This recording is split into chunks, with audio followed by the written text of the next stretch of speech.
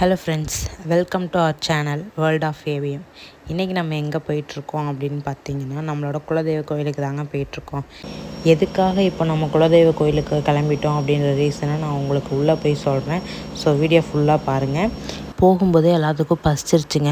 சரின்னு சொல்லி போகிற வழியில் ஒரு நல்ல கடையாக பார்த்து மார்னிங் பிரேக்ஃபாஸ்ட்டு அந்த கடையிலேயே நாங்கள் சாப்பிட்டு முடிச்சுட்டு திரும்பவும் வண்டியை எடுத்துக்கிட்டு கிளம்பியாச்சு. எதுக்காக இப்போ நம்ம திடீர்னு குலதெய்வ கோயில் கிளம்பி போயிட்டுருக்கோம் அப்படின்னா, நம்ம மகிஷா பாப்பா பிறந்து 6 months ஆகிடுச்சு. ஆல்சோ நம்ம நியூ கார் வாங்கியிருக்கோம். ஸோ இந்த ரெண்டுக்காகவும் நம்ம சாமிக்கு தேங்க்ஸ் சொல்லி ஒரு பொங்கலை வச்சுட்டு அப்படியே நம்ம காருக்கும் பூஜையை போட்டுட்டு இனிமேல் நடக்க போகிற எல்லா நல்ல விஷயத்துக்காகவும் சாமிக்கிட்ட ப்ரே பண்ணிட்டு வந்துடலாம் அப்படின்னு தான் ஃப்ரெண்ட்ஸ் இப்போ நம்ம கிளம்பி போயிட்டுருக்கோம்.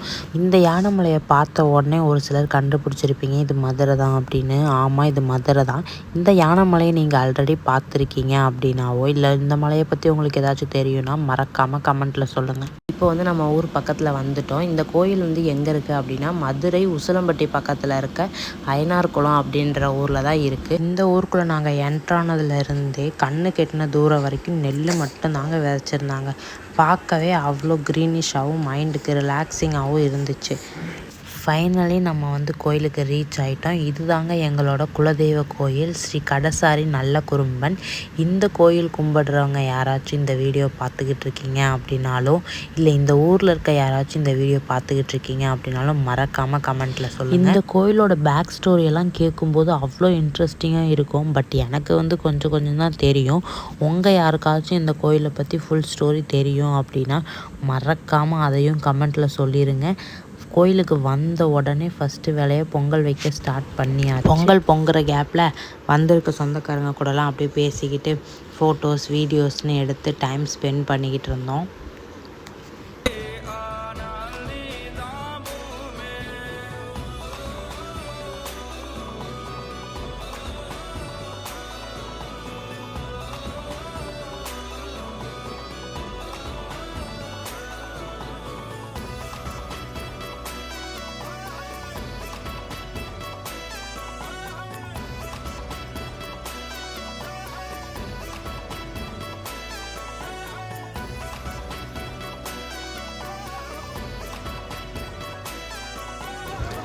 எல்லோரும் நினச்ச மாதிரியே நல்லபடியாக பொங்கலும் பொங்கிருச்சுங்க.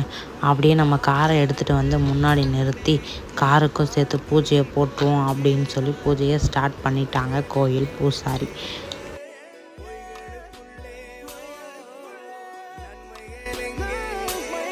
என்னதான் நம்ம டெய்லி லைஃப்பில் பிஸியாகவே இருந்தாலும் இந்த மாதிரி என்றைக்காச்சும் ஒரு நாள் நம்ம சொந்தக்காரங்களோட சேர்ந்து இந்த மாதிரி குலதெய்வ கோயிலுக்கு போய் நம்ம மனசில் இருக்கிறது எல்லாத்தையும் நம்ம சாமிக்கிட்ட சொல்லி வேண்டினதுக்கு அப்புறம் தாங்க மனசே லேசான மாதிரி ஃபீல் ஆகுது.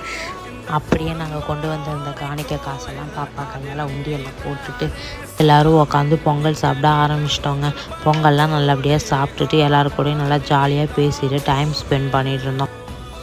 கோயிலேருந்து நம்ம காருக்காக மாலை கொடுத்துருந்தாங்க. அந்த மாலையை எடுத்து நம்ம காரில் போட்டதுக்கப்புறம் நம்ம காரை பார்க்கவே அவ்வளோ சூப்பராக இருந்துச்சுங்க. அவ்வளோதாங்க, சாமிக்கு டாட்டா பை பைன்னு சொல்லிட்டு அங்கேருந்து நாங்கள் கிளம்பிட்டோங்க. இந்த வீடியோவை பிடிச்சிருந்துச்சுன்னா மறக்காமல் லைக், ஷேர், சப்ஸ்கிரைப் பண்ணிக்கோங்க. பாய்.